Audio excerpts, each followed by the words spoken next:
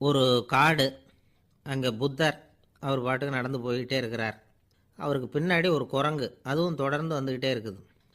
புத்தர் திரும்பி பார்த்தார்.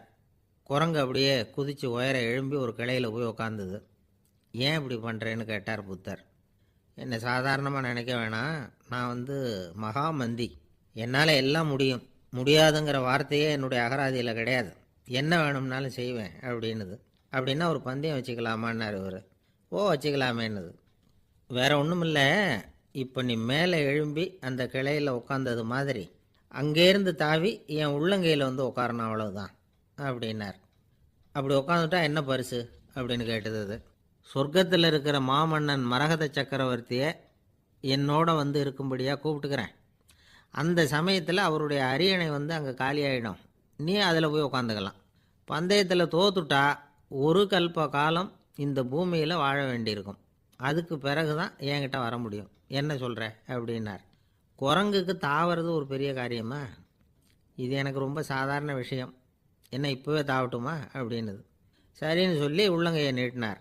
அவருடைய கை தாமரை இலை அளவுக்கு அப்படியே விரிஞ்சுது. குரங்கு சௌகரியமாக உட்கார்றதுக்காக. குரங்கு தாவறதுக்கு தயாராச்சு. அதுக்கு முன்னாடி ஒரு சின்ன யோசனை அதுக்கு. இந்த கிளையிலேருந்து அந்த கைக்கு தாவறது எனக்கு ரொம்ப அற்பமான ஒரு வேலை. இது ரொம்ப சாதாரணம். என்னுடைய கௌரவத்துக்கு இது சரியாக இருக்காது. அதனால் நான் என்ன பண்ண போகிறேன்னா, இங்கேருந்து கிளையிலேருந்து அப்படியே உயர எழும்ப போகிறேன். எழும்பி மேல் உலகம் போய் அங்கே ஒரு சுற்றிவிட்டு அதுக்கப்புறம் அங்கேருந்து நேராக இந்த கையில் உட்கார போகிறேன் அப்படின்னு நினச்சது. என்ன யோசிக்கிற அப்படின்னார் புத்தர். ஒன்றும் இல்லை, இந்த பாயிரம் பார் அப்படின்னு சொல்லி தாவி உயர போயிட்டுது. கொஞ்ச நேரத்தில் வான உலகத்துக்கே போய் சேர்ந்துட்டுது. அங்கே போய் பார்த்தா அங்கே ஒரு 5 பளிங்கு தூண்கள் இளம் சிவப்பு நிறத்தில் நின்றுக்கிட்டு இருக்குது. குரங்கு நினச்சிக்கிட்டது, புத்தர்கிட்ட போய் இந்த பளிங்கு தூண்களை பார்த்தோம்னு சொன்னால் அப்படியே திகைச்சு போயிடுவார். இந்த தூணில் ஏதாவது அடையாளம் செஞ்சுட்டு போகணும் அப்படின்னு அந்த இடத்துல மிதந்துக்கிட்டே நினச்சிது. உடனே ஒரு தூணில் எழுதிச்சு. என்ன எழுதிச்சுன்னா, ஒரு மகா ஞானி இங்கே வந்துட்டு போகிறார் அப்படின்னு எழுதிச்சு. எழுதிவிட்டு அப்படியே கீழே தாவி புத்தரோட உள்ளங்கையில் உட்காந்துது. எப்படி பார்த்தீங்களா என்னுடைய வேலை? வான உலகத்துக்கே போய் அங்கே இருக்கிற 5 பளிங்கு தூண்களை பார்த்துட்டு அதில் நான் வந்த விவரத்தை எழுதி வச்சுட்டு அதுக்கப்புறம் இங்கே வந்திருக்கிறேன் அப்படின்னுது ரொம்ப பெருமையாக. அப்படியா அப்படின்னார் புத்தர். ஆமாம், சந்தேகமாக இருந்தால் வாங்க, அழைச்சிட்டு போய் காட்டுறேன் அப்படின்னுது அந்த குரங்கு. அதுக்கு தேவையில்லை, அப்படியே கொஞ்சம் கீழே குனிஞ்சு பார்த்து தெரியும் அப்படின்னார் புத்தர். அங்கே பார்த்தா புத்தரோட உள்ளங்கை தெரிஞ்சுது. நல்லா உத்து பார்த்துது. அவரோட ஒரு விரலில் அது எழுதிய வாசகம் தெரிஞ்சுது. குரங்கு யோசனை பண்ணிச்சு, அப்படின்னா வானத்தில் நான் பார்த்தது புத்தரோட விரல்களா அப்படின்னு யோசிச்சுது. இதை புரிஞ்சுக்கிட்ட உடனே அந்த குரங்கோட கர்வம் அழிஞ்சு போச்சான். நம்ம மனசு தான் இந்த குரங்கு. மனம்ங்கிறதும் ஆணவம்ங்கிறதும் ஒரு நாணயத்தின் 2 பக்கங்கள். மனம் உள்ளவரை ஆணவமும் இருக்கும். மனம் அழிஞ்சாதான் ஆணவம் அழியும். மனம் அழிய வேண்டும் அப்படின்னு பெரியவங்க சொல்கிறது இந்த அர்த்தத்தில் தான். நம்ம ஆளுங்க சவால் விடுறதெல்லாம் வேறு மாதிரி. ஒருத்தன் ஒரு வாய்க்காலை தாண்டுறேன்னு பந்தயம் கட்டி தாண்ட முடியாமல் வாய்க்காலில் விழுந்து காலை உடச்சிக்கிட்டு கட்டு போட்டுக்கிட்டு வந்தான். ஏன்டா அப்படின்னு கேட்டாங்க. நான் பந்தயம் கட்டின நேரம் சரியில்லை அப்படின்னா. எப்படிறான்னு கேட்டிருக்காங்க. வாய்க்காலில் தண்ணி இருக்கிற நேரமாக பார்த்து பந்தயம் கட்டியிருக்கணும் அப்படின்னா. ஒருத்தர் ரொம்ப கவலையோடு உட்காந்துருந்தார். எதை பற்றி சார் கவலைப்படுறீங்கன்னு கேட்டோம். எதிர்காலத்தை பற்றி கவலைப்படுறேன்னார். ஏன்னு கேட்டோம். என்ன பண்ணுறதுன்னே தெரியல சார், எதிர்காலம் ஒரே இருட்டாக இருக்குது, பாதையே புரியலன்னார். இன்றைக்கி நம்ம இளைஞர்கள் பல பேருக்கு எதிர்காலம் இருட்டாக தான் தெரியுது. அவங்கெல்லாம் இந்த கதையை கொஞ்சம் கேட்கணும். ஒரு மலை அடிவாரத்தில் ஒரு சின்ன கிராமம். அந்த மலை ரொம்ப உயரமானது. அடர்த்தியாக செடி கொடிகள் மரங்கள் அதில் மண்டி கிடக்குது. பகல் வேளையில் இருட்டாக தான் இருக்கும், அவ்வளோ அடர்த்தி. அந்த மலை உச்சியில் ஒரு கோவில். நாள் ராத்திரியே புறப்பட்டாதான் காலையில் அந்த கோயிலுக்கு போய் சேர முடியும். கிராமத்து இளைஞன் ஒருத்தன் அந்த மலை உச்சிக்கு போக வேண்டியிருந்தது. கையில் ஒரு விளக்கை எடுத்துக்கிட்டு நாள் ராத்திரியே புறப்பட்டான். புறப்பட்டு போனவன் கிராமத்து எல்லையிலேயே நின்றுட்டான். ஏன் தெரியுமா? அவன் கையில் இருந்த விளக்கோட வெளிச்சம் 10 அடி தூரத்துக்கு தான் தெரியுது. அது வரைக்கும் தான் பாதை தெளிவாக இருக்குது. அதுக்கு அப்பாலெல்லாம் ஒரே இருட்டாக இருக்குது, பாதை புரியல. இவன் யோசனை பண்ணி பார்த்தான். மனசுக்குள்ள ஒரு சந்தேகம். 10 அடி தூரம் தானே வெளிச்சம் தெரியுது, அப்படின்னா நாம் 10 அடி தூரம் தானே போக முடியும். அதுக்கும் அந்தாண்ட ஒரே இருட்டாக இருக்குதே அதில் எப்படி நாம் நடந்து போகிறது? நாம் ரொம்ப தூரம் நடந்து போய் ஆகணுமே. அப்படிப்பட்ட நினப்பெல்லாம் அவனுக்கு வந்துவிட்டுது. இதுதான் அவன் மனசில் ஏற்பட்ட தயக்கம். இப்படி யோசிச்சுக்கிட்டே அந்த இளம் ஆசாமி புறப்பட்ட இடத்துலையே நின்றுக்கிட்டு இருக்கிறான். அந்த சமயத்தில் ஒரு வயசான பெரியவர் அந்த பக்கமாக வந்தார். அவர் கையில் இதை விட சின்னதாக ஒரு விளக்கு வச்சுருந்தார். அது எப்படின்னா அது ஒரு 5 அடி தூரத்துக்கு தான் வெளிச்சம் காட்டுது. அவ்வளவு சின்ன விளக்கு. அவரும் மலை உச்சிக்கு போகிறதுக்காக தான் வந்துக்கிட்டு இருக்கிறார். அவரை பார்த்து இவன் கேட்டான், என்ன பெரியவரே, இவ்வளவு சின்ன விளக்கை வச்சுக்கிட்டு அவ்வளவு தூரத்துக்கு எப்படி மலையேற போகிறீங்க அப்படின்னு கேட்டான். நீ ஏன் இப்படி தயங்கிட்டே நிற்கிறேன்னு கேட்டார் பெரியவர். என்கிட்ட இருக்கிற விளக்கு 10 அடி தூரத்துக்கு தான் பாதையை காட்டுதுன்னா. இப்போ பெரியவர் சொன்னார், தம்பி, உன் கையில் இருக்கிற விளக்கு கொடுக்குற வெளிச்சத்தை வச்சு நீ முதல்ல 10 அடி தூரம் முன்னாடி போ. 10வது அடியில் போய் நின்றுக்கிட்டு பாரு. மறுபடியும் ஒரு 10 அடி தூரத்துக்கு பாதை தெரியும். இப்படி உன் கையில் இருக்கிற விளக்கு தொடர்ந்து வெளிச்சம் காட்டிக்கிட்டே இருக்கும்.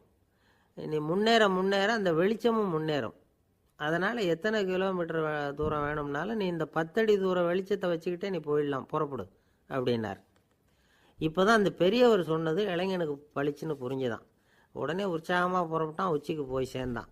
இந்த கதையிலேருந்து நாம் புரிஞ்சிக்க வேண்டியது என்ன தெரியுமா? நீண்ட கால திட்டம் ஒன்று போடும் பொழுது நமக்கு முன்னாடி இருக்கிறத மறந்துட்டு மனசை போட்டு குழப்பிக்கக்கூடாது. உங்கள் கையில் என்ன இருக்கோ அதுலேயே உங்கள் எதிர்காலம் மறைஞ்சிருக்குது. கண் முன்னாடி தெரியறத வச்சு ஆரம்பிங்க, போக போக வழி தானாக புலப்படும் அப்படிங்கிறார் ஒரு பெரியவர். பெரிய பயணங்களையெல்லாம் இப்படி தான் நடத்த வேண்டியிருக்கும். ஒவ்வொரு அடியாக எடுத்து வச்சா ஓடி போய் சேர்ந்து விடலாம். மலைச்சி போய் நின்றுட்டா நின்றுக்கிட்டே இருக்க வேண்டியது தான். நம்ம ஆள்லாம் ரொம்ப மோசமான இருக்கிறாங்க. ஒருத்தன் அப்படி தான் நீண்ட தூர பிரயாணம் ஒன்று புறப்பட்டான். ரயில் போய்கிட்டே இருந்தது. கொஞ்சம் தூரம் போச்சு, பாதி வழியில் கையில் வச்சுருந்த டிக்கெட்டை காற்றுல விட்டுட்டான். ஐயோ, என் டிக்கெட்டு போயிட்டுதே அப்படின்னு கத்த ஆரம்பிச்சிட்டான். பக்கத்தில் இருந்த பெரியவர் அவனை பார்த்து பரிதாபப்பட்டு, கவலைப்படாத தம்பி, போனால் போகுது, வேறு டிக்கெட் வாங்கிக்கலாம் அப்படின்னு ஆறுதல் சொன்னார். அதுக்கு அவன் சொல்கிறான், சார், நான் அதுக்காக அழலை, அந்த டிக்கெட்டு கிடைச்சா தானே நான் எந்த ஊருக்கு போகணுங்கிறது எனக்கு தெரியும் அப்படிங்கிறான். ஒரு ஊரில் ஒரு ஆள் இருந்தான். அவனுக்கு ஒரே ஒரு மகள். அவளை நல்ல இடத்துல கட்டி கொடுக்கணும்னு ஆசைப்பட்டான். அதுக்காக மாப்பிள்ளை தேடிக்கிட்டு இருந்தான். அவன் கொஞ்சம் வசதியான ஆள். அதனால் நிறைய பேர் வந்தாங்க. இருந்தாலும் ஒரு நல்ல குணமுள்ள மாப்பிள்ளையாக இருக்கணும் அவன் எதிர்பார்த்தான். அப்படி இருக்கணும்னு தொடர்ந்து முயற்சி பண்ணான். கடைசியாக ஒரு 3 பேர் கிடைச்சாங்க. அந்த 3 பேரில் யாரை தேர்ந்தெடுக்கிறது? இதுதான் அவனுக்கு வந்த குழப்பம். இந்த நிலைமையில் ஒரு பெரியவரை தேடி போனான். அவர்கிட்ட தன்னுடைய பிரச்சனையை சொன்னான். அவர் கொஞ்சம் யோசனை பண்ணார். அதுக்கப்புறம் 3 பேரையும் கூப்பிட்டார். இதை பாருங்கப்பா, உங்கள் 3 பேருக்கும் 3 மாத கால அவகாசம் தர்றேன். நீங்கள் இப்போ போகலாம். 3 மாதம் கழித்து திரும்பி வரலாம். அப்படி வரும்பொழுது இந்த 3 மாத காலத்தில் நீங்கள் செஞ்ச நல்ல காரியம் ஏதாவது ஒன்று சொல்லணும். அதை வச்சு உங்களில் ஒருத்தரை நாங்கள் தேர்ந்தெடுத்துக்கிறோம் அப்படின்னு சொன்னாராம். 3 பேரும் சரின்னு சொல்லிவிட்டு திரும்பி போயிட்டாங்க. 3 மாதம் ஆச்சு. அதுக்கப்புறம் ஒரு நாள் திரும்பி வந்தாங்க. அவர் அவங்கள கூப்பிட்டு உட்கார வச்சார். அப்புறம் கேட்டார், இப்போ சொல்லுங்கள், இந்த 3 மாத காலத்தில் நீங்கள் செஞ்சுருக்கிற ஏதாவது ஒரு நல்ல காரியத்தை சொல்லுங்கள் அப்படின்னார். முதல்ல ஒருத்தன் எழுந்திரிச்சு நின்னான். ஐயா, எங்கள் அப்பா இறந்த பிறகு அவரோட கணக்கு வழக்குகளை எடுத்து பார்த்துக்கிட்டு இருந்தேன். அவர் ஒரு வியாபாரிகிட்ட 10,000 ரூபா கடன் வாங்கியிருக்கிறதாக எழுதியிருந்தார். அந்த வியாபாரியும் இப்போ உயிரோடு இல்லை. இருந்தாலும் அந்த வியாபாரியோட மகனை தேடி கண்டுபிடிச்சேன். கணக்கு புத்தகத்தை காட்டினேன். எங்கள் அப்பா உங்கள் அப்பா கிட்ட 10,000 ரூபா கடன் வாங்கியிருக்கிறதாக இதை எழுதியிருக்கிறார். அதனால் அதை திருப்பி கொடுக்கறதுக்காக வந்திருக்கிறேன். இந்தாங்க அந்த பணம் அப்படின்னு சொல்லி கொடுத்துட்டு வந்துட்டேன் அப்படின்னு நானும். இதை பெரியவர் கவனமாக கேட்டுக்கிட்டார். அதுக்கப்புறம் 2வது இளைஞன் எழுந்திரிச்சான். ஐயா, நான் போன மாதம் ஒரு நாள் ராத்திரி வேளையில் ஒரு காட்டுப்பாதை வழியாக எங்கள் ஊருக்கு போய்கிட்டு இருந்தேன். அந்த சமயத்தில் அந்த வழியாக வந்துக்கிட்டு இருந்த ஒரு வழிப்போக்கர்கிட்ட 4-5 திருடர்கள் வம்பு வளர்த்து அவர்கிட்ட இருந்த பொருளை எல்லாம் கொள்ளையடிச்சிக்கிட்டு இருந்தாங்க. நான் உடனே ஒரு குச்சியை எடுத்துகிட்டு ஓடினேன். அந்த திருடர்களை அடித்து விரட்டினேன். பொருளையெல்லாம் மீட்டு அந்த வழிப்போக்கர்கிட்ட ஒப்படைச்சேன். அவரை பத்திரமா அழைச்சிக்கிட்டு போய் அவர் வீட்டில் விட்டுட்டு வந்தேன் அப்படின்னு நானும். இதையும் பெரியவர் கவனமாக கேட்டுக்கிட்டார்.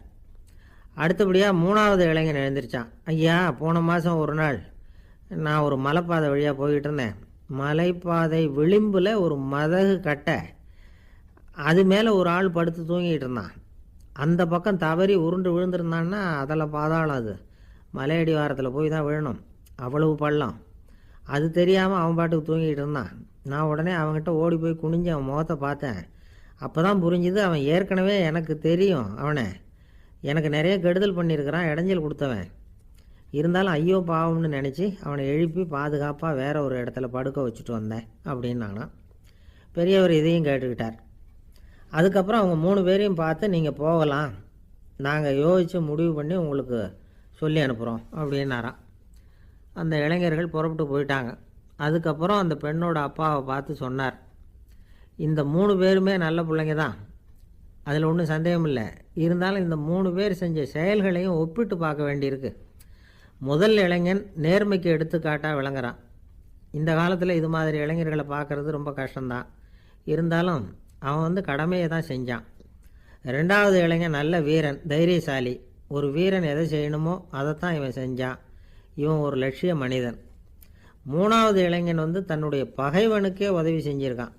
அவன் உயிரை காப்பாற்றியிருக்கிறான். பகைவனுக்கு அருள்வதுங்கிறது ஒரு சாதாரண மனுஷனால் செய்யக்கூடிய காரியம் இல்லை. பகையை மறக்கிறதும் பகைவனுக்கு அருள்வதும் தெய்வீக பண்புகள்.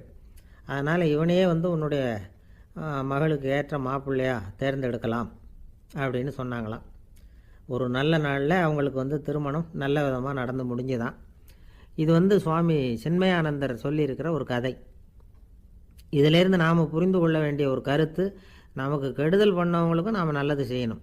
ஆனால் நடைமுறையில் அப்படி நம்மளால் செய்ய முடியறதில்ல. அதுதான் சிக்கல். நம்மால் ஒருத்தங்கிட்ட கேட்டேன், ஏண்டா உன்னுடைய பகைவன் ஒருத்தன் அது மாதிரி ஒரு மலைப்பாதை மதகு கட்டையில் படுத்திருந்தா உடனே நீ என்ன நினைப்ப அப்படின்னு கேட்டோம். இது ஒரு அருமையான சந்தர்ப்பம்னு நினைப்பேன் அப்படின்னா. எதுக்குன்னு கேட்டோம். அவனை அந்த பக்கமாக உருட்டி கீழே தள்ளுறதுக்கு அப்படின்னா. ஒரு அம்மா, அவங்களுக்கு 35 வயசு இருக்கும். குடும்பத்தில் எந்த கஷ்டமும் இல்லை. இருந்தாலும் காரணம் இல்லாமல் பிள்ளைங்க பேரில் கோவப்படுறது, எரிஞ்சு விழுறது அவங்க வழக்கம். பிள்ளைங்க அழும். உடனே அவங்க மனசும் சங்கடப்படும். இன்னொரு அம்மா, நல்ல வேலையில் இருக்கிறவங்க, வாரத்துக்கு ஒரு தடவையாவது தலைவலி வந்துடும். இவங்களுக்கெல்லாம் உடம்புல எந்த கோளாறும் இல்லை, மனசு மட்டும் சரியாக இருக்காது. தூக்க மாத்திரை கையில் வச்சுருப்பாங்க. 30-35 வயசுடைய பெண்களுக்கு சர்வசாதாரணமாக காணப்படுகிற மனக்கோளாறு இது. இதுக்கு பேர் மனவாட்டம், டிப்ரெஷன், மனமடிவு அப்படின்னு சொல்லலாம். இந்த நோய்க்கு அறிகுறி என்ன தெரியுமா? மனசில் வருத்தமான உணர்வு இருக்கும். அடிக்கடி அழலாம் போல தோணும். முன்னால் எல்லாம் எந்தெந்த செயலில் ஆர்வம் இருந்ததோ அதெல்லாம் குறைஞ்சிரும், அல்லது சுத்தமாகவே ஆர்வம் இல்லாமல் போயிடும். சில பெண்கள் இளம் வயசில் பக்கத்தில் இருக்கிறவங்க கிட்ட கலகலப்பாக பேசுவாங்க, வீட்டை அலங்கரிக்கிறதுல ஆர்வம் இருக்கும். இப்போ அதிலெல்லாம் ஆர்வம் இல்லாமல் போயிடும். எந்த வேலை செஞ்சாலும் சீக்கிரம் களைப்பு அடைஞ்சுடுறது மாதிரி ஆகிடும். நமக்கு யாருமே உதவியாக இல்லை, நம்ம எல்லாரும் கை விட்டுட்டாங்க போல் இருக்குதே அப்படிங்கிற உணர்வுலாம் உண்டாகும். தன்னைத்தானே குறை சொல்லிக்குவாங்க. நாம் தப்பு பண்ணிவிட்டோம் போல் இருக்குதே அப்படின்னு தோணும். குற்றம் பண்ணிட்டதா நினச்சி கஷ்டப்படுவாங்க. பசி இருக்காது, தூக்கத்தில் தொந்தரவு இருக்கும். அடிக்கடி செத்து போடலாங்கிற உணர்வு வரும். தற்கொலை பண்ணிக்கலாங்கிற எண்ணம் உண்டாகும். சில பேர் தற்கொலை முயற்சியில் கூட ஈடுபடுவாங்க. சில பேருக்கு பலவிதமான உடல் வலிகள் இருக்கும், பலவீனம் இருக்கும், சீக்கிரமாக களைப்படைஞ்சு போடுவாங்க. இதெல்லாம் மனவாட்ட நோய்க்கான தன்மைகள். இந்த மனவாட்டம், அதாவது டிப்ரெஷனை 2 வகையாக பிரிக்கலாமா. ஒன்று தானாக உண்டாக்கிக்கிறது, இன்னொன்று எதிர் விளைவை உண்டு பண்ணுகிற அல்லது நரம்பு சம்பந்தப்பட்ட டிப்ரெஷன். தானாக உண்டாக்கிக்கிற மனவாட்ட நோய் இருக்குது பாருங்கள், அதுக்கு ஏதாவது சூழ்நிலை காரணமாக இருக்கலாம், அல்லது இல்லாமலும் போகலாம். மூளையில் டொப்பாமைன் அல்லது செரட்டோனின் இதோட அளவு குறையும் பொழுது இந்த டிப்ரெஷன் உண்டாகுது. இதுக்கு ஓரளவு பிறவி காரணங்கள் கூட இருக்கலாம். குடும்பத்தில் வேறு சிலருக்கும் வரலாம். பாதிக்கப்பட்ட பெண்ணை பார்க்குறதுக்கு பலவீனமாக தெரியும், கடுமையான குற்ற உணர்வு இருக்கும், தனியாக இருக்கிறதுக்கு ஆசைப்படுவாங்க, நடு ராத்திரியில் எழுந்திரிச்சு உட்காந்து கஷ்டப்பட்டுக்கிட்டு இருப்பாங்க, கொடூரமான முறையில் தற்கொலை பண்ணிக்க முயற்சி பண்ணுவாங்க, தீ வச்சுக்கிறது, அமிலத்தை குடிக்கிறது, தூக்கில் தொங்குறது. இப்படி தானாக வரவழைச்சிக்கிற மனவாட்ட நோய் மறையக்கூடிய நோய். ஒரு தடவை வந்தால் 3லேருந்து 6 மாதம் வரைக்கும் நீடிக்கும். இடைப்பட்ட காலங்களில் நோயாளி இயல்பாக இருப்பார். எதிர் விளைவை உண்டு பண்ணுகிற அல்லது நரம்பு சம்பந்தப்பட்ட மன வாட்ட நோய் எப்படின்னா, கணவன் மனைவி மாமியார் மருமகள் இப்படிப்பட்ட உறவு முறை பிரச்சனைகள், தோல்விகள், எரிச்சல்கள், ஆஃபீஸு பிரச்சனை, இப்படிப்பட்ட சூழ்நிலையால் உண்டாகிறது. எல்லாத்துக்கும் மருந்து இருக்குது, மார்க்கம் இருக்குது, கவலைப்பட வேண்டியதில்லை, தைரியமாக இருக்கணும். உளவியல் மருத்துவம் இதுக்கு ரொம்ப உபயோகமாக இருக்கும். சில பெண்களை பாருங்கள், அவங்க எதுக்கும் அலட்டிக்கிறது இல்லை. ஒரு அம்மா அப்படி தான் தன்னுடைய கணவனை அழைச்சிக்கிட்டு ஒரு மனநோய் மருத்துவர்கிட்ட வந்தாங்க. டாக்டர், எங்கள் வீட்டுக்காரர் திடீர்னு ஒரு மாதிரி ஆயிட்டார், வித்தியாசமாக நடந்துக்கிறார். எப்படின்னா, இவர் தன்னையே ஒரு ஒட்டடை பூச்சியாக நினச்சிக்கிட்டு இருக்கிறார். அப்படி நினச்சிக்கிட்டு தன்னுடைய தலையாலேயே வீட்டில் உள்ள ஒட்டடையெல்லாம் தொடச்சிக்கிட்டு இருக்கிறார் அப்படின்னாங்க. எவ்வளவு நாளாக அப்படி இருக்குதுன்னு கேட்டார் டாக்டர். ஒரு வாரமாக அப்படி இருக்குது அப்படின்னாங்க அந்த அம்மா. அப்படின்னா முன்னாடியே ஏன் அழைச்சிட்டு வரல அப்படின்னு கேட்டார் டாக்டர். வீடு பூரா சுத்தமாகட்டுமேனு பார்த்துக்கிட்டு இருந்தேன் டாக்டர் அப்படின்னாங்களாம் அந்த அம்மா. ஒரே ஒரு ஊரில் ஒரு பாதிரியார் இருந்தார். ரொம்ப நாள் சந்தோஷமாக வாழ்ந்தார். ஒரு நாள் அவர் மடத்து சமையல் அறையில் பாத்திரங்களை கழுவி துலக்கி சுத்தப்படுத்திக்கிட்டு இருந்தார்.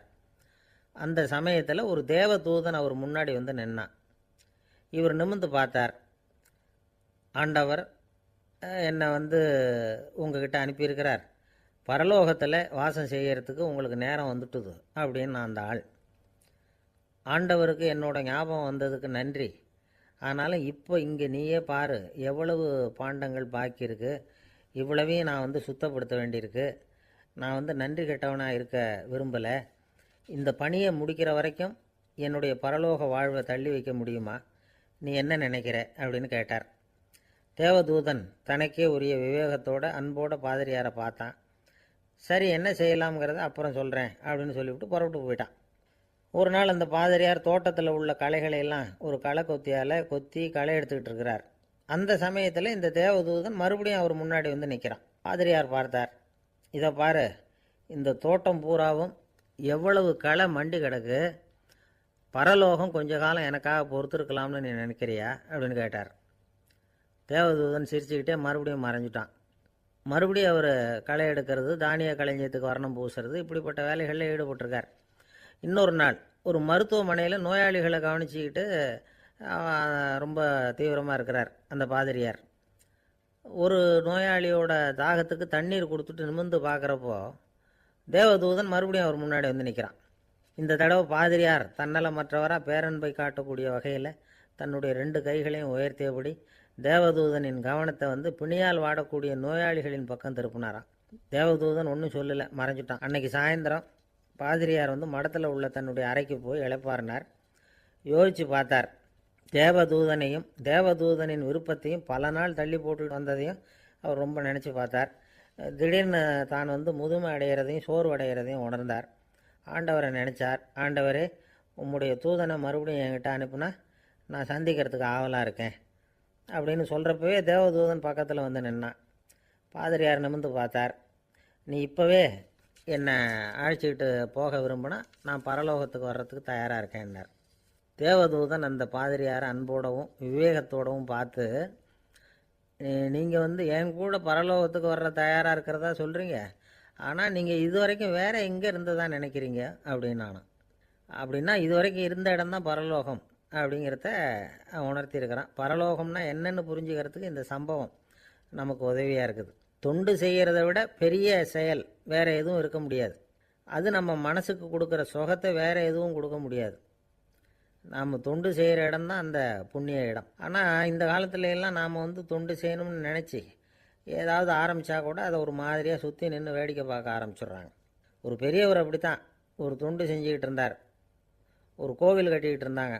அதில் ஒரு இடத்துல ஒரு பலகையை வச்சு ஆணி அடிக்கிற வேலையை செஞ்சுக்கிட்டு இருந்தார் அந்த பெரியவர். ஒரு சின்ன பையன் அதை ரொம்ப ஊக்கமாக அக்கறையாக கவனிச்சிக்கிட்டு இருந்தான். பெரியவர் இதை கவனித்தார். என்னப்பா பார்க்குற, உனக்கும் இது மாதிரி தொண்டு செய்யணும்னு ஆசையாக இருக்கா அப்படின்னு கேட்டார். அதுக்கு அந்த பையன் சொல்கிறான், அப்படி இல்லைங்க, நீங்கள் ஆணி அடிக்கிறப்போ கையில் சுத்தியால் அடிச்சுக்கிட்டா எப்படி துடிப்பீங்க, எப்படி கத்துவீங்கன்னு தெரிஞ்சுக்கிறதுக்காக அதை பார்க்கணும்னு ஆசை, அதுக்காக தான் காத்துக்கிட்டு இருக்கேன் அப்படின்னு நானும். ஒரு ஊரில் ஒரு ஞானி இருக்கிறார். ரொம்ப பெரிய ஞானி, ரொம்ப வயசாகிட்டுது. கடைசி காலத்தில் அவர்கிட்ட சில பேர் வந்தாங்க. உங்கள் குரு யார் அப்படின்னு கேட்டாங்க. அவர் நிமிர்ந்து பார்த்தார். எனக்கு ஆயிரக்கணக்கான குருமார்கள் உண்டு, அவங்க பேரெல்லாம் சொல்லணும்னா இந்த காலம் பத்தாது. ஆனால் முக்கியமான ஒரு 3 பேரை பற்றி மட்டும் உங்களுக்கு சொல்கிறேன் அப்படின்னாராம். அப்புறம் சொன்னார், அந்த 3 பேரில் ஒருத்தன் ஒரு திருடன். ஒரு சமயம் ஒரு பாலைவனம் வழியாக நான் போய்கிட்டு இருந்தேன். அப்போது வழி தவறி போய் ஒரு கிராமத்துக்கு போயிட்டேன். அது இருட்டு நேரம், நடு ராத்திரி, ஊரே உறங்கி போச்சு. அந்த நேரத்தில் ஒரு ஆள் மட்டும் ஒரு வீட்டு சுவத்தில் ஏதோ பண்ணி உள்ளே நுழையிறதுக்கு முயற்சி பண்ணிகிட்ருக்கிறான். அவங்கிட்ட போய் நான் இன்றைக்கி இங்கே எங்கே தங்க முடியும் அப்படின்னு கேட்டேன். அதுக்கு அவன், இந்த ராத்திரி வேளையில் அது ரொம்ப சிரமம், ஒரு திருடனோட உங்களால் தங்க முடியும்னா நீங்கள் என்னோட தங்கலாம் அப்படின்னா. நான் அவங்க கூட 1 மாதம் தங்கியிருந்தேன். ஒவ்வொரு நாள் ராத்திரியும் இப்போ நான் என்னுடைய வேலைக்கு போகிறேன், நீங்கள் ஓய்வு எடுத்துக்கோங்க அப்படின்னு சொல்லிவிட்டு போவான். அவன் திரும்பி வந்த உடனே உனக்கு ஏதாவது கிடச்சிதான்னு நான் கேட்பேன். அதுக்கு அவன், இன்றைக்கி ராத்திரி ஒன்றும் இல்லை, நாளைக்கு மறுபடியும் முயற்சி பண்ணுவேன் அப்படின்பா. எப்பவும் அவன் நம்பிக்கை இழந்ததே கிடையாது, எப்பவும் சந்தோஷமாகவே இருப்பான். நானும் ரொம்ப காலமாக தியானம் பண்ணிக்கிட்டே இருந்தேன், ஒன்றுமே நடக்கலை. ஆனால் நான் என்ன பண்ணேன் தெரியுமா, மனசு வருத்தப்படும், நம்பிக்கை இழந்துருவேன். அப்போல்லாம் அந்த திருடனுடைய விடாமுயற்சி தான் ஞாபகத்துக்கு வரும். அதனால் அந்த திருடன் எனக்கு ஒரு குரு. என்னுடைய 2வது குரு யாருன்னா அது ஒரு நாய். இது எப்படின்னா, ஒரு சமயம் எனக்கு ரொம்ப தாகமாக இருந்தது. ஒரு நதியை நோக்கி போய்கிட்டு இருந்தேன். அப்போ ஒரு நாயும் வந்தது. அதுக்கும் தாகம்.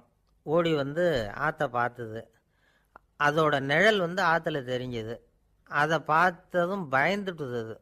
அதாவது அது தன்னுடைய சொந்த உருவத்தையே கண்டு பயந்தது. அதை பார்த்து குறைக்குது, திரும்பி ஓடிச்சு. ஆனால் அதுக்கு தாகம் அதிகமாக இருந்ததுனால அது மறுபடியும் திரும்பி வந்தது.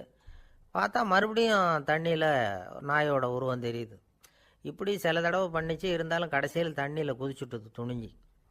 இப்படி குதித்த உடனே அதோட உருவமும் மறைஞ்சுட்டுது. இதை பார்த்தேன். நான் என்ன புரிஞ்சுக்கிட்டேன்னா, எவ்வளவு தான் பயம் இருந்தால் கூட ஒருத்தன் தைரியமாக காரியத்தில் இறங்கணும் அப்படிங்கிறத புரிஞ்சுக்கிட்டேன். இந்த போதனை அந்த நாய்கிட்ட இருந்து எனக்கு கிடைச்சிது. இது ஒன்று. அடுத்தது என்னுடைய 3வது குரு யாருன்னா அது ஒரு சின்ன குழந்தை. நான் ஒரு சமயம் ஒரு நகரத்துக்கு போனேன். அங்கே ஒரு குழந்தை எரிகிற மெழுகுவத்தி ஒன்று எடுத்துக்கிட்டு வந்தது. நான் அந்த குழந்தைய பார்த்து வேடிக்கையாக கேட்டேன், ஏன் பாப்பா, இந்த மெழுகுவத்தியை நீயாவே கொளுத்துனியா அப்படின்னு கேட்டேன். ஆமான்னுது அந்த குழந்தை. சரி, இந்த மெழுகுவத்தி முன்னாடி எரியாமல் இருந்தது, இப்போ எரியுது. இந்த மெழுகுவத்திக்கு வெளிச்சம் எங்கேருந்து வந்தது, அதை எனக்கு காட்ட முடியுமா அப்படின்னு கேட்டேன் அந்த குழந்தைகிட்ட. இதுக்கு அந்த குழந்தை சிரிச்சுக்கிட்டு அந்த மெழுகுவத்தியை ஊதி அணைச்சுட்டுது.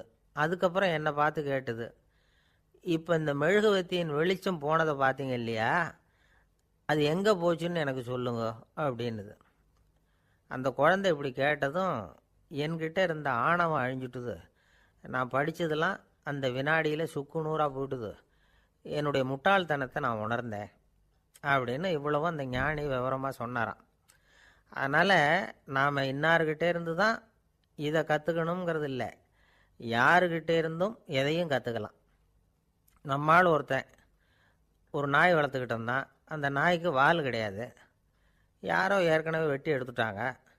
இந்த நாய் தான் சார் எனக்கு குரு, அதுக்கிட்டே இருந்து கூட நான் பாடம் கற்றுக்கிட்டு இருக்கிறேன் அப்படின்னா. அப்படி என்ன கற்றுக்கிட்டேன் இந்த வால் இல்லாத நாய்கிட்டே இருந்து அப்படின்னு கேட்டோம். நாம் யாருக்கிட்டேயும் வாலாட்டக்கூடாது அப்படிங்கிற பாடத்தை அதுக்கிட்டே இருந்து தான் நான் கற்றுக்கிட்டேன் அப்படின்னா. ஒருத்தர் சிகரெட்டும் கையுமா வந்தார். சார், இந்த புகைப்பிடிக்கிற பழக்கத்தை நிறுத்தி போடணும்னு தான் பார்க்குறேன், முடியலேன்னார். புகைப்பிடிக்கிறத நிறுத்துறது ரொம்ப சுலபம் சார் அப்படின்னார் இன்னொருத்தர். எப்படி சொல்கிறீங்கன்னு கேட்டார் அவர். நான் கூட ஏற்கனவே 10 தடவை அந்த பழக்கத்தை நிறுத்தி இருக்கிறேன் சார் அப்படின்னார் இவர். இதிலேருந்து என்ன தெரியுது, புகைப்பழக்கத்தை திடீர்னு விட்டு விடுறதுங்கிறது ரொம்ப கஷ்டம்னு தெரியுது. இருந்தாலும் இது சம்பந்தமான ஆராய்ச்சி, அனுபவம், இது ரெண்டையும் அடிப்படையாக வச்சு சில வழிமுறைகளை சொல்கிறாங்க. அதாவது புகைப்பிடிக்கிறத நிறுத்துறதுக்கு 10 வழிகள் உண்டு அப்படின்னு சொல்கிறாங்க. அது என்னங்கிறது தெரிஞ்சுக்கிட்டா உபயோகப்படுதான்னு பார்க்கலாமே.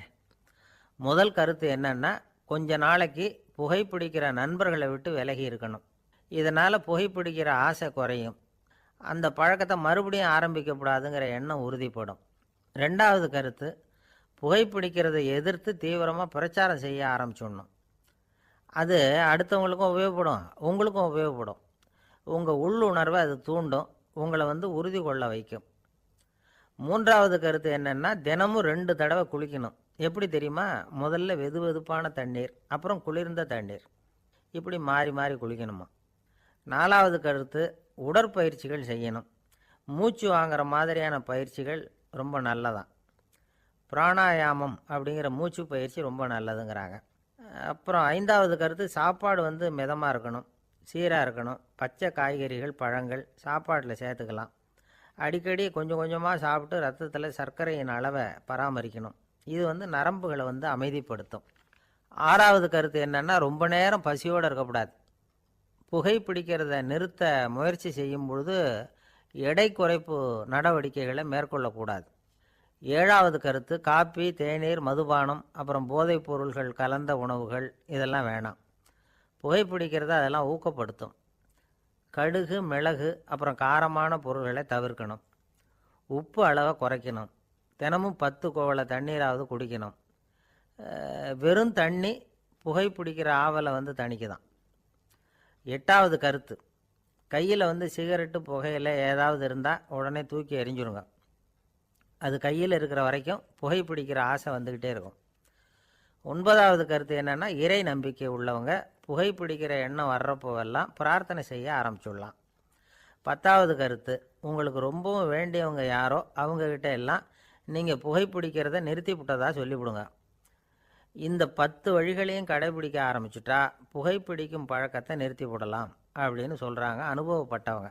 முயற்சி பண்ணி பார்க்கலாம். ஒரு முக்கியமான இடத்துல நின்றுக்கிட்டு இருந்தார் ஒருத்தர். அங்கே இன்னொருத்தர், ஏன் சார் இந்த இடத்துல சிகரெட் பிடிக்கலாமா அப்படின்னு அனுமதி கேட்டார். இந்த இடத்துல சிகரெட் பிடிக்கக்கூடாதுங்க அப்படின்னாரு இவர். நீங்கள் இப்படி சொல்கிறீங்க, ஆனால் இந்த இடத்துல கீழே நிறைய சிகரெட் துண்டுகள் கிடக்குதே, அவங்கெல்லாம் யார்? அவங்கெல்லாம் உங்கள் மாதிரி என்கிட்ட அனுமதி கேட்காதவங்க அப்படின்னாராம் இவர். இந்த உலகத்தில் எவ்வளவோ உயிரினங்கள் இருக்குது. ஒவ்வொன்றும் ஒவ்வொரு விதமாக சண்டை போடுது. இப்போ 2 மாடு சண்டை போட்டுக்குதுன்னு வச்சுங்க, என்ன பண்ணும்? 2 முட்டிக்கும். அதுக்கு சண்டை போடுறதுக்கு ஆயுதமாக உபயோகப்படுறது அதோட கொம்பு. 2 சேவல் சண்டை போட்டுக்குதுன்னு வச்சுங்க, அதுக்கு ஆயுதமாக உபயோகப்படுறது அதோட கால் நகம். காலால் தான் அது ஒன்றோட ஒன்று சண்டை போட்டுக்கும். ஆனால் 2 மனுஷன் சண்டை போட்டுக்கிறான்னு வச்சுங்க, இவன் இன்னதை தான் ஆயுதமாக உபயோகப்படுத்துவான்னு குறிப்பிட்டு சொல்ல முடியாது. கல்லை எடுப்பான், கத்தி எடுப்பான், துப்பாக்கி எடுப்பான், என்ன வேணாலும் பண்ணுவான். வாயால் திட்டுவான், கையால் அடிப்பான், காலால் உதைப்பான், சகலகலாக வல்லவன். விலங்குகள்லாம் பொதுவாக வாயை சாப்பிட்றதுக்கு மட்டும்தான் உபயோகப்படுத்துது. ஆனால் இவனுக்கு சாப்பிட்றதுக்கும் அதுதான், சாப்பிட்டு விட்டு திட்டுறதுக்கும் அதுதான். ஆனால் ஒரு விஷயத்தில் மட்டும் கெட்டிக்கிறேன். அதாவது நாம் சண்டை போட்டுக்கிட்டாலும் பரவாயில்லை, கோழிகள் சண்டை போடாமல் இருக்கணும் அப்படின்னு ஆசைப்படுறான். எதுக்காக? கோழிகள் சண்டை போடாமல் இருந்தால் நிறைய முட்டைகள் போடுமா, அதுக்காக தான் இந்த அக்கறை. கோழி பண்ணை வச்சுருக்கிறவங்களுக்கு இது ஒரு பெரிய பிரச்சனை. அதாவது பண்ணையில் இருக்கிற கோழிகளுக்குள்ளே அடிக்கடி சண்டை வந்துடும். அதனால் முட்டை உற்பத்தி குறைஞ்சிரும். சரி, இதுக்கு என்ன பண்ணுறது? பண்ணையில் போய் உட்காந்துக்கிட்டு தினமும் பஞ்சாயத்து பேசிகிட்டு இருக்க முடியுமா? அமெரிக்காவில் கோழி பண்ணை வச்சுருக்கிற ஒருத்தர் இதை பற்றி யோசனை பண்ணி பார்த்தாராம். ஒரு வழியையும் கண்டுபிடிச்சிருக்கார். கோழிக்கெல்லாம் மூக்கு கண்ணாடி மாட்டி விட்டுட்டோம்னா அது சண்டை போடுற குணம் குறைஞ்சிரும், முட்டை அதிகமாகிடும்.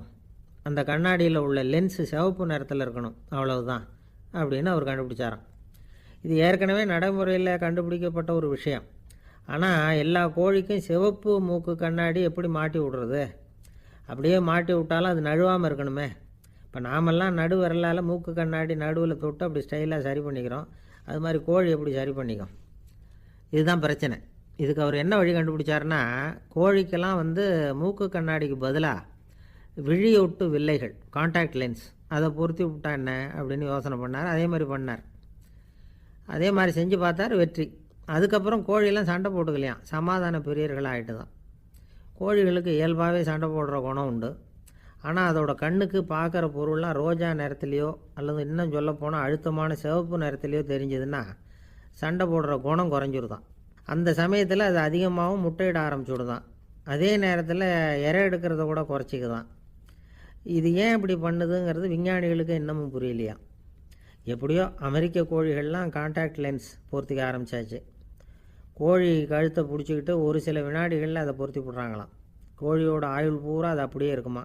பண்ணையில் முட்டை உற்பத்தி குறைஞ்சா இது மாதிரி விஞ்ஞானபூர்வமாக பரிகாரம் தேடுறது தான் நல்லது. நமக்கு வேண்டியப்பட்ட ஒருத்தர், அவர் ஒரு கோழி பண்ணை வச்சுருந்தார். அந்த பண்ணையில் பாதி கோழி திடீர்னு செத்து போச்சு. உடனே ஒரு கால்நடை மருத்துவர்கிட்ட போக வேண்டியது தானே, அங்கே போகல. உள்ளூரில் மந்திரம் பண்ணிகிட்டு இருந்த ஒரு சாமியார்கிட்ட போனார். அவர் காலில் விழுந்தார். சாமி, என் பண்ணையில் பாதி கோழி செத்து போட்டுதுன்னார். சாமியார் யோசனை பண்ணார். சரி, பண்ணையில் வாசப்படி கிழக்கு பக்கமாக வச்சுருக்கியா மேற்கு பக்கமாக வச்சுருக்கியான்னு கேட்டார். கிழக்கு பக்கமாக இருக்குன்னார் அவர். அதுதான் தப்பு, மேற்கு பக்கமாக அதை மாற்று, சரியாக போடும்னாராம். அதே போல் இவர் போய் மாற்றிவிட்டார். அப்பவும் பாதி செத்து போச்சு. மறுபடியும் வந்து சொன்னார், சாமி மறுபடியும் பாதி கோழி செத்து போட்டுதேன்னார். சரி, கூரை எப்படி போட்டிருக்க, ஓடு போட்டிருக்கியா இல்லை கீத்து போட்டிருக்கியான்னார். ஓடு போட்டிருக்கேன்னாராம் அவர். அதுதான் தப்பு, கீத்து போட்டுரும், சரியாக போடும்னாராம். சரின்னு போய் அதையும் மாற்றி பார்த்தார். மறுபடியும் போயிட்டுது, கோழி செத்து போச்சு. வந்தார், மறுபடியும் பாதி செத்து போச்சு சாமின்னு வந்தார்.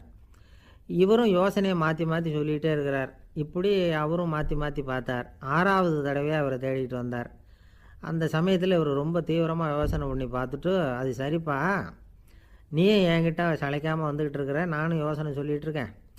இப்போவும் வந்து உங்ககிட்ட சொல்கிறதுக்கு என்கிட்ட யோசனை நிறையா இருக்குது, ஆனால் சோதிக்கிறதுக்கு உங்ககிட்ட கோழி இல்லையே, என்ன பண்ணுறது அப்படின்னாராம் இவர். ஏதாவது ஒன்றை தேடி அடைஞ்சிடுறோம்னு வச்சுக்கோங்க, உடனே ஒரு அதிருப்தி வந்துடும். அதனால் வாழ்க்கைங்கிறது சலிப்பு நிறைந்தது அப்படிங்கிற எண்ணத்தை உண்டாக்கிக்கிறோம்.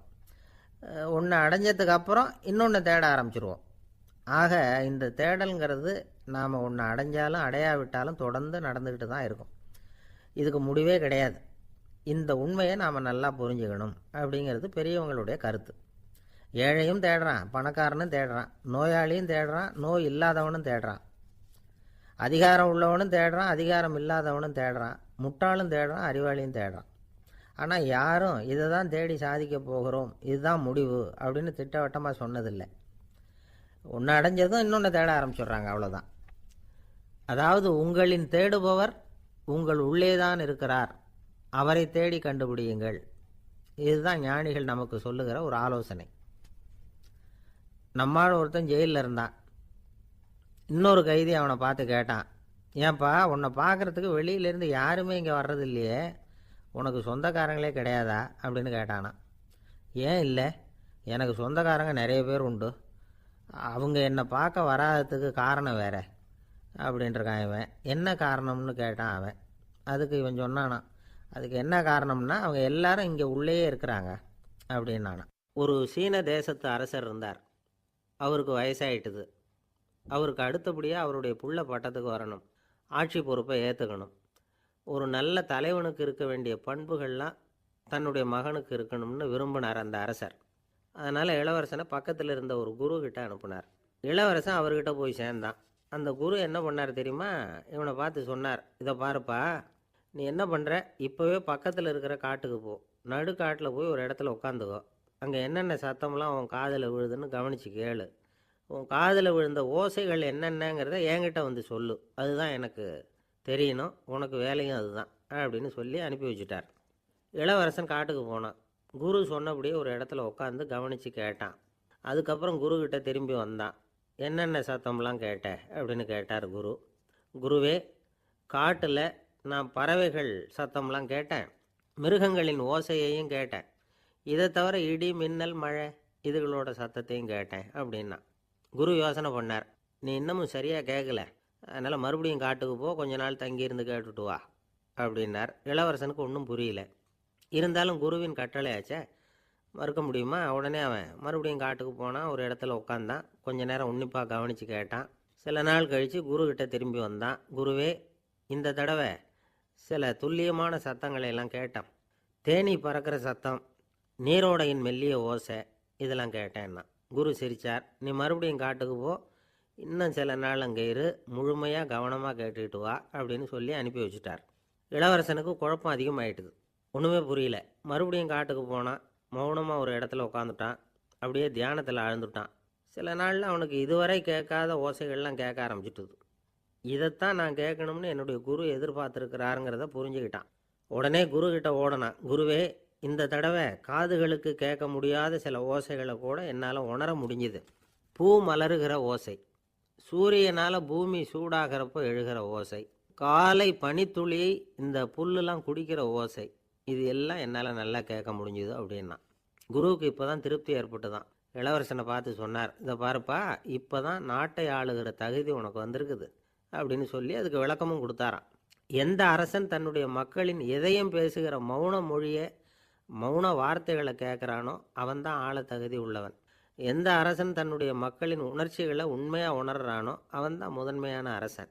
போலி வார்த்தைகளை மட்டும் கேட்டுட்டு பல மௌன ராகங்களை காதில் வாங்கிக்காதவன் அரசனே இல்லை. எந்த நாட்டில் எப்போ ஒரு அரசன் தன்னுடைய மக்களின் உணர்ச்சிகளை கேட்க மறுக்கிறானோ அன்னையிலேருந்தே அந்த நாடு அழிய தொடங்குது அப்படின்னு அர்த்தம். இதுதான் அந்த குரு இளவரசனுக்கு போதிச்சது. வாயால் பேசுகிறத மட்டும் கேட்டு ஏமாறக்கூடாது, உணர்ச்சிகளையும் கேட்குறதுல தான் மனப்பக்குவம் உண்டாகும். மக்கள் உணர்ச்சிகளை புரிந்து கொள்ளாத அரசர்கள் நீடிச்சிருக்க முடியாது. அது மாதிரி நாடுகளில் அடிக்கடி குழப்பம் தான் உண்டாகும். அப்படி இருந்தால் அடிக்கடி ஆட்சி மாறிக்கிட்டு இருக்கும். அப்படிப்பட்ட ஒரு தேசம், அங்கே ஒரு சிறைச்சாலையில் 3 கைதிகள் பேசிக்கிட்டு இருந்தாங்க. ஒருத்தன் சொன்னான், நான் இந்த நாட்டு ராஜாவை எதிர்த்து பேசிக்கிட்டு இருந்தேன், அதனால் என்னை பிடிச்சி கொண்டாந்து இங்கே போட்டுட்டாங்க அப்படின்னா ஒருத்தன்.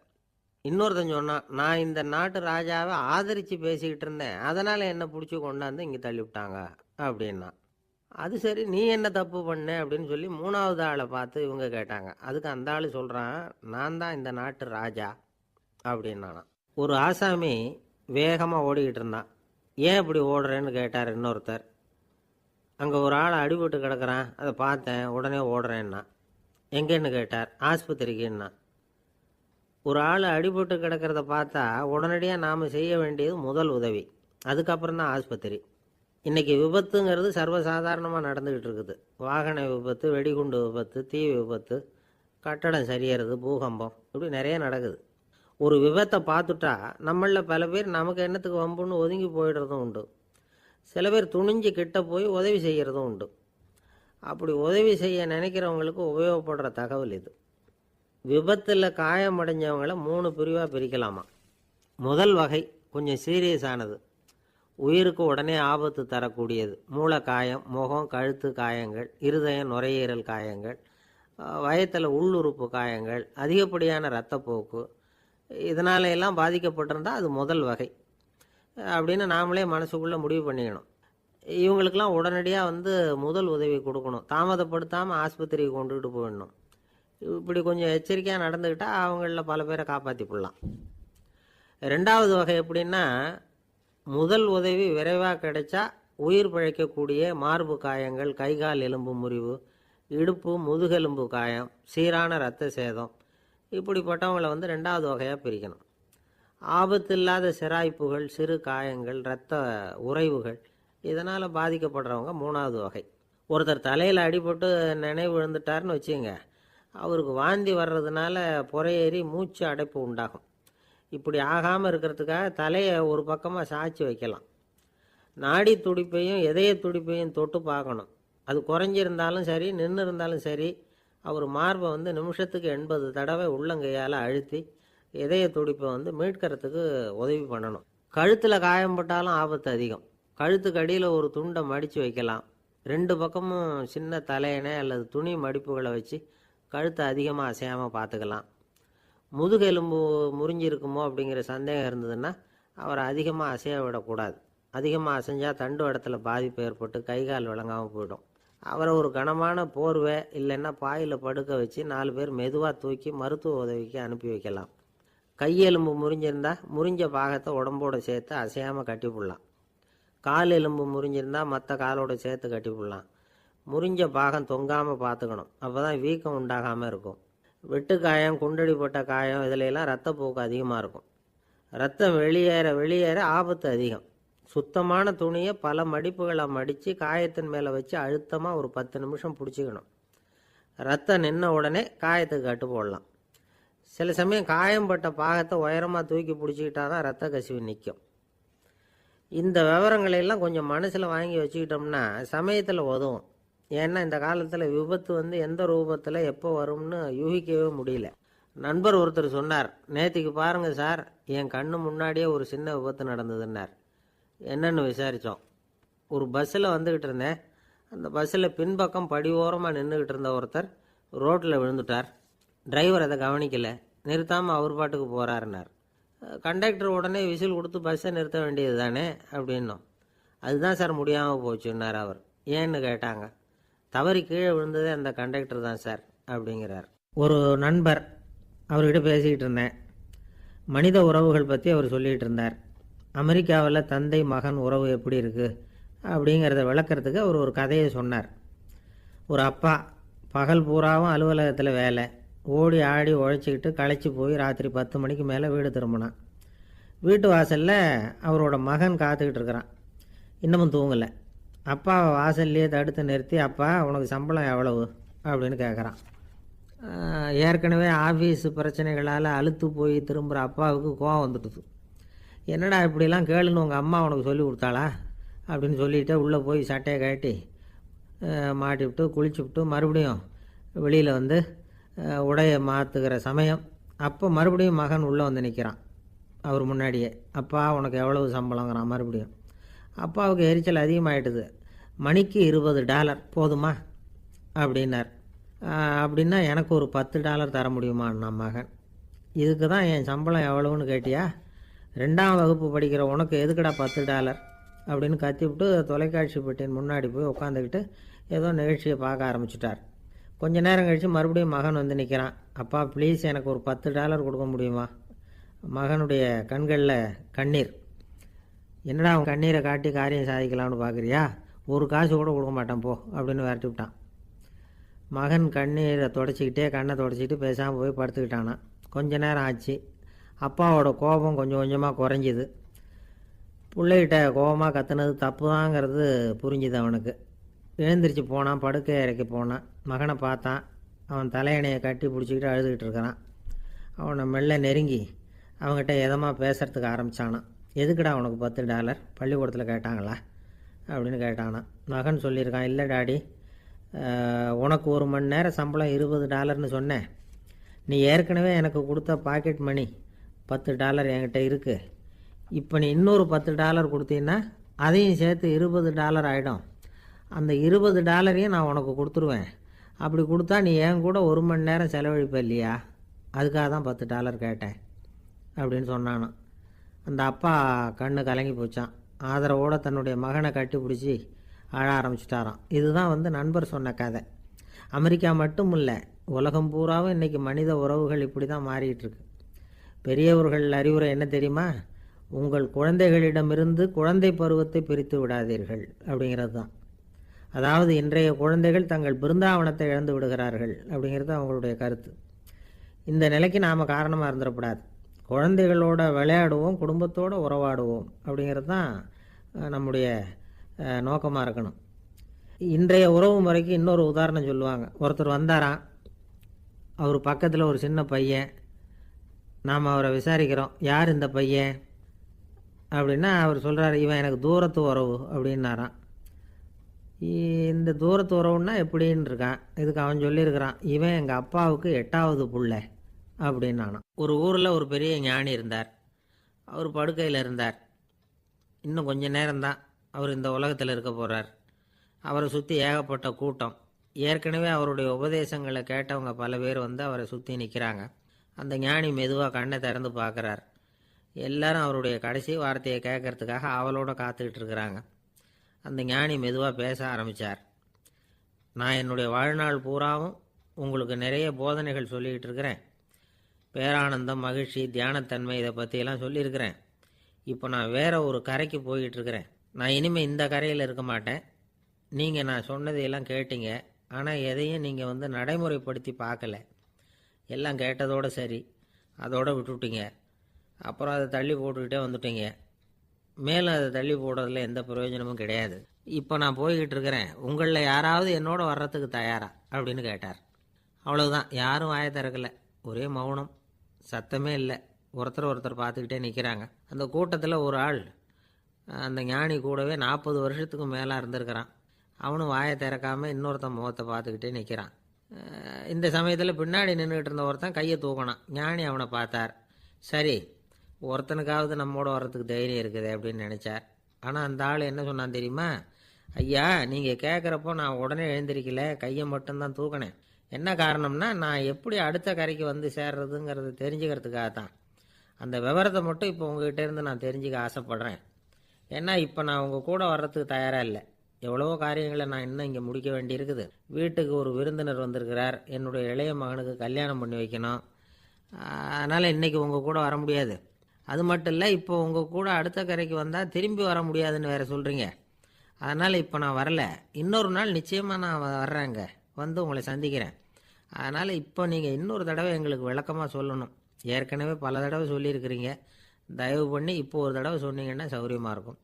அந்த அடுத்த கரையை அடையிறது எப்படி, இப்போ ஒரு தடவை அதை விளக்கமாக சொல்லிட்டிங்கன்னா நல்லா ஞாபகப்படுத்திக்குவேன். அது சரியான சமயம் வர்றப்போ இது எனக்கு உதவியாக இருக்கும் அப்படின்னு நானும். ஆனால் உண்மை என்ன தெரியுமா, அந்த சரியான சமயம் வரவே இல்லை அப்படிங்கிறது தான் உண்மை. இப்படி அந்த கதை முடியும். இந்த கதை அந்த ஒரு ஆளுக்கு மட்டும் இல்லை, கிட்டத்தட்ட எல்லாருக்குமே அது பொருந்தும் அப்படிங்கிறாங்க விவரம் தெரிஞ்சவங்க. எல்லாருமே அந்த சரியான தருணத்துக்காக தான் காத்துக்கிட்டு இருக்கிறாங்களாம். அதுக்காக ஜோசியம் பார்க்குறாங்க, கைரேகை பார்க்குறாங்க, நாளைக்கு என்ன நடக்குங்கிற ஆவலில் எல்லாரும் காத்துக்கிட்டு இருக்கிறாங்க. ஆனால் அந்த ஒரு நாள் ஒருபோதும் வரப்போகிறதில்ல. நீங்கள் தள்ளி போடுறதுக்காக பல அர்த்தமில்லாத காரணங்களை தேடுறீங்க அப்படிங்கிறார் ஒரு ஞானி.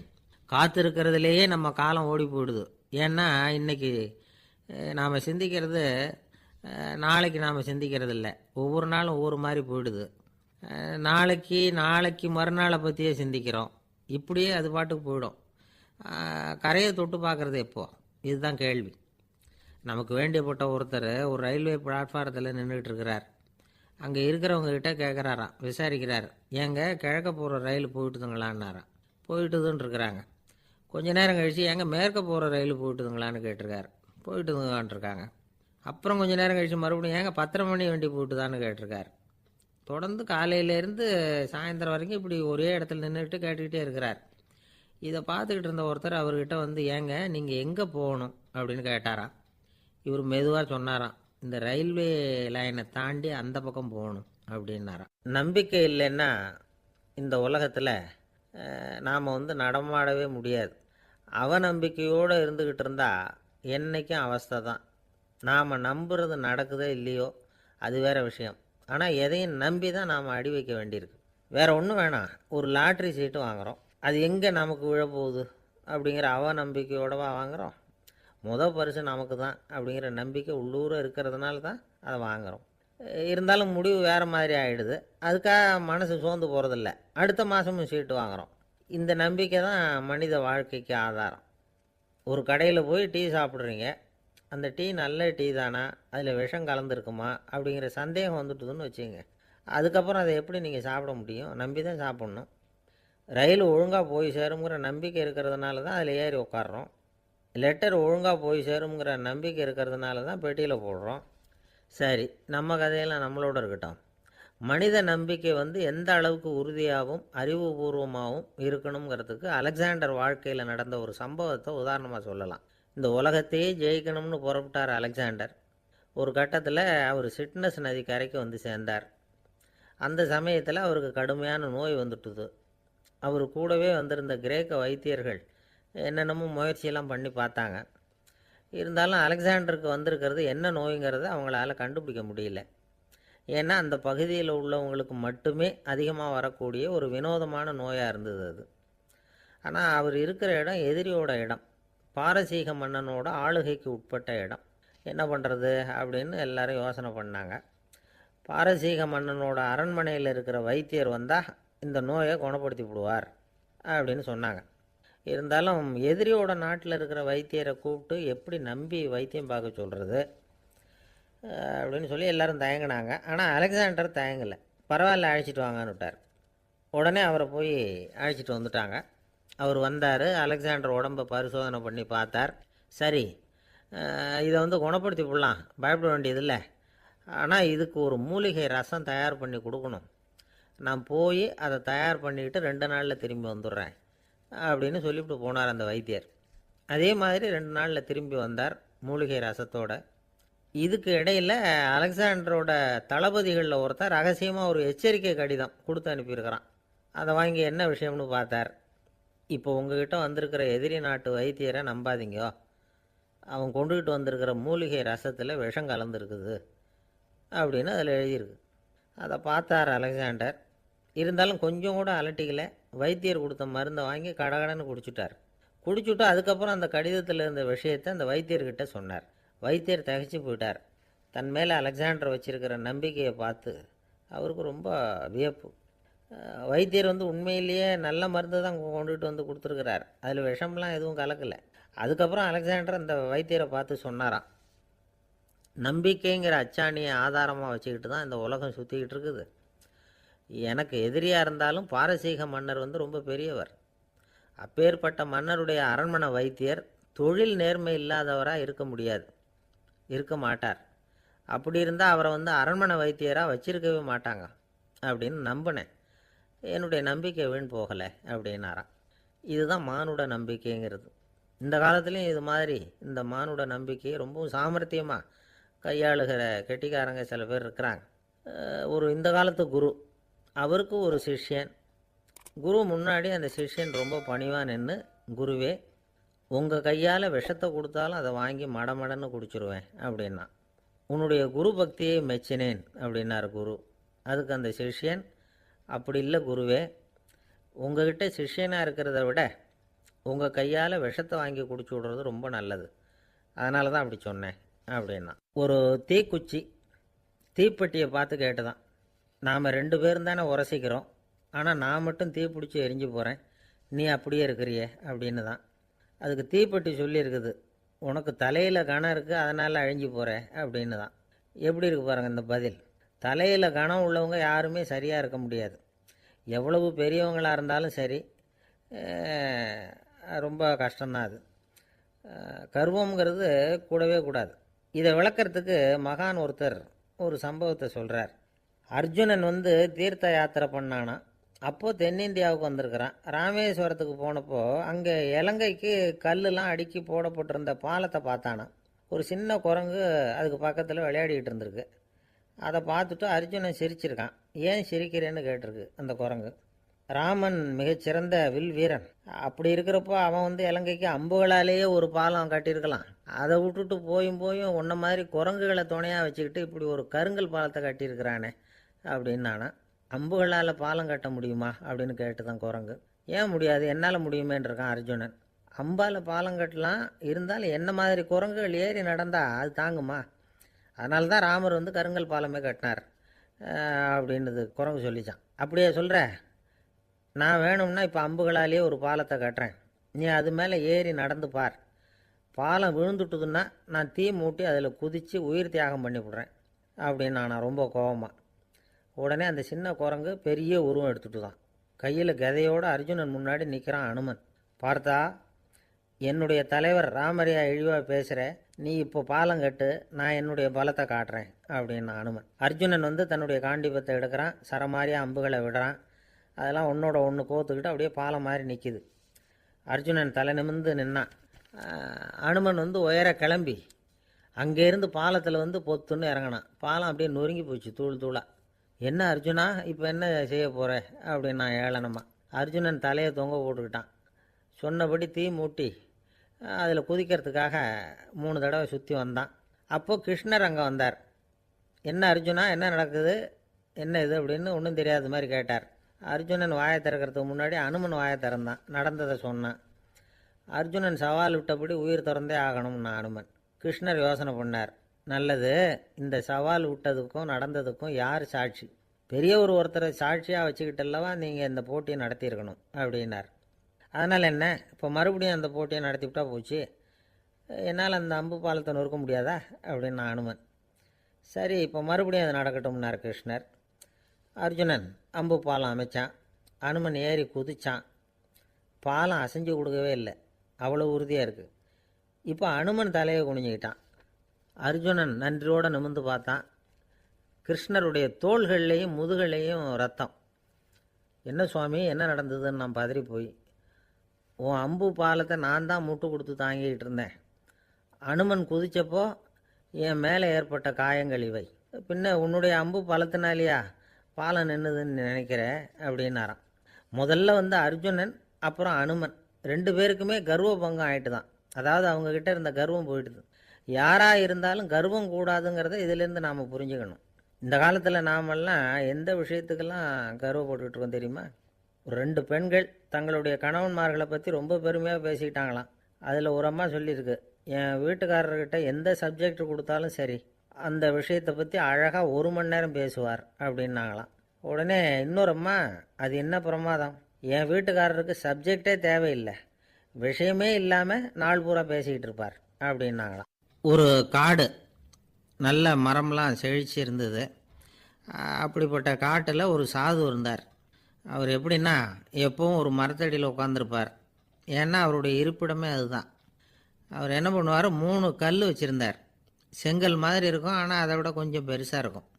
எதுக்கு அந்த 3 கல்லுன்னா அதுதான் அவருடைய படுக்கை.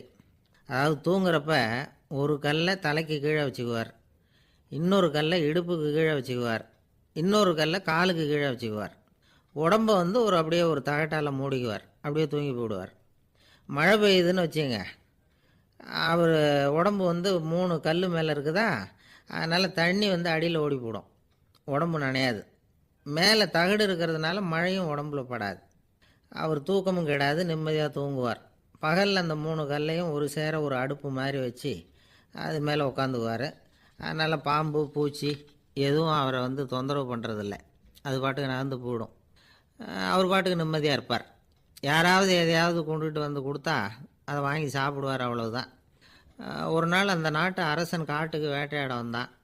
அந்த வழியாக வந்தப்போ இந்த சாது படுத்துருக்கிறத பார்த்தான், பரிதாபப்பட்டான். ஐயோ பாவம், இவர் இப்படி இந்த கல் மேலே உடம்பை வச்சுக்கிட்டு தூங்குறாரு, என்ன பாடுபடுவார், இவரை நாம் வந்து அரண்மனைக்கு அழைச்சிட்டு போய் சுகமாக நிம்மதியாக இருக்கிறதுக்கு வழி செஞ்சு கொடுப்போம், அது ரொம்ப நல்லாயிருக்கும் அப்படின்னு நினச்சான். அப்படி நினச்சிக்கிட்டே அரண்மனைக்கு வந்துட்டான். அதுக்கப்புறம் ஒரு பல்லக்கையும் 2 சேவகர்களையும் காட்டுக்கு அனுப்பி அந்த சாதுவை மெதுவாக இங்கே அழைச்சிட்டு வந்துடுங்க அப்படின்னு சொல்லி அனுப்பி வச்சான். இவங்க போய் அவர்கிட்ட விவரத்தை சொன்னாங்க. எனக்கு என்னத்துக்கு அரண்மனை வாசம் அப்படின்னார். இருந்தாலும் மன்னர் உத்தரவு, நீங்கள் அவசியம் வரணும் அப்படின்னாங்க இவங்க. சரின்னு சொல்லிவிட்டு வேறு வழி இல்லாமல் புறப்பட்டார். புறப்படும் பொழுது என்ன பண்ணார்னா, மறக்காமல் அந்த 3 கல் ஒரு தகடு அதையும் எடுத்து பல்லக்கில் வச்சுக்கிட்டார். என்னத்துக்கு இதையெல்லாம் எடுத்து வைக்கிறாரு அப்படின்னு சொல்லி அவங்க யோசனை பண்ணாங்க. இருந்தாலும் அதை பற்றி ஒன்றும் கேட்கல. பேசாமல் அவரை அழைச்சிட்டு போய் அரண்மனையில் விட்டுட்டாங்க.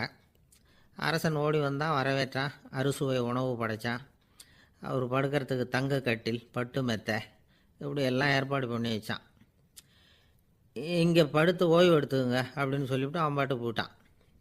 மறுநாள் காலையில் வந்து பார்க்குறான், சாது படுத்துருக்கிறார். எப்படி தெரியுமா, அந்த பட்டு மெத்தை மேலே 3 கல்லையும் வச்சு வழக்கம் போலவே அது மேலே படுத்துருக்கிறார், அதுக்கு மேலே தகடு. அரசன் பார்த்துட்டு அதிர்ச்சி ஆயிட்டான். என்ன சுவாமி இப்படி அப்படின்னா, சாது சொன்னார், எனக்கு வந்து தேவையும் இல்லை குறையும் இல்லை, எல்லா இடத்துலையும் எனக்கு ஒரே மகிழ்ச்சி தான் அப்படின்னார். மகிழ்ச்சிங்கிறது தங்க கட்டிலேயோ பட்டு மெத்தையிலேயோ இல்லை, அது வந்து மனசில் இருக்கிற ஒரு விஷயம். உண்மையான மகிழ்ச்சிக்கு வழி வந்து மனப்பக்குவம் அப்படிங்கிறது அந்த அரசனுக்கு புரிஞ்சுதான். இந்த காலத்தில் ஒரு சாமியார், அவரை தேடி ஒரு சீடன் வந்தான். என்னாச்சு தெரியுமா, சுவாமி எனக்கு நிம்மதி வேணும், அதுக்கு என்ன வழின்னு கேட்டான். சாமியார் நிமிர்ந்து பார்த்தார். அப்புறம் சொன்னார், நீ ஏகப்பட்ட பேர்கிட்ட கடன் வாங்கியிருக்கிற, அதையெல்லாம் திருப்பி கொடுத்தா தான் உனக்கு நிம்மதி கிடைக்கும்னார். இவனுக்கு ஆச்சரியம்.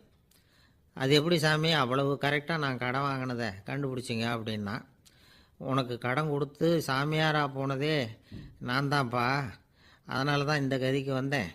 என்கிட்டயே வந்து நிம்மதிக்கு வழி கேட்குறிய, அதுதான்டா வேதனை அப்படின்னாராம் அவர். ஒரு குரு, இளம் சீடர்கள் எதிரில் உட்காந்துருக்கிறாங்க. குரு பாடம் நடத்திக்கிட்டு இருக்கிறார். சீடர்களுக்கு ஒரு ஆசை, அதாவது ஒரு முக்கியமான மந்திரத்தை நம்ம குருநாதர்கிட்ட இருந்து கற்றுக்கணும் அப்படிங்கிறது அவங்க ஆசை. அது என்ன மந்திரம்னா, இறந்தவரை உயிர்ப்பிக்கக்கூடிய புனித மந்திரம், அதாவது செத்தவங்களுக்கு மீண்டும் உயிர் உண்டாக்குகிற மந்திரம். குருவே தயவு பண்ணி அந்த மந்திரத்தை எங்களுக்கு உபதேசிக்கணும் அப்படின்னு கேட்டாங்க. அது ரொம்ப ஆபத்தானது, அது என்னத்துக்கு உங்களுக்கு வேண்டாமேன்னாராம் குரு. எங்களுடைய நம்பிக்கை வந்து உறுதிப்படுறதுக்காகத்தான் கேட்குறோம், வேற ஒன்றும் இல்லை அப்படின்னாங்களாம் சீடர்கள்.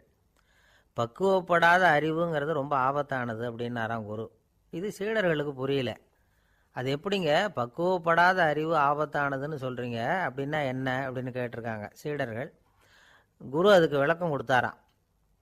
அந்த மந்திரத்தை எப்போ பயன்படுத்தணுங்கிறது முக்கியம், அதை அறியக்கூடிய ஞானம் ஏற்படுகிற வரைக்கும் அதை தெரிஞ்சுக்காமல் இருக்கிறது தான் நல்லது, இல்லைன்னா ஆபத்துன்னாராம். ஆனால் அந்த சீடர்கள் அதை கேட்குற மாதிரி இல்லை, ரொம்ப பிடிவாதம் பண்ண ஆரம்பிச்சுட்டாங்க. சரி வாங்க சொல்கிறேன்னார் குரு. எல்லாரும் வந்தாங்க. அந்த புனித மந்திரத்தை அவங்களுக்கு ரகசியமாக உபதேசம் பண்ணார்.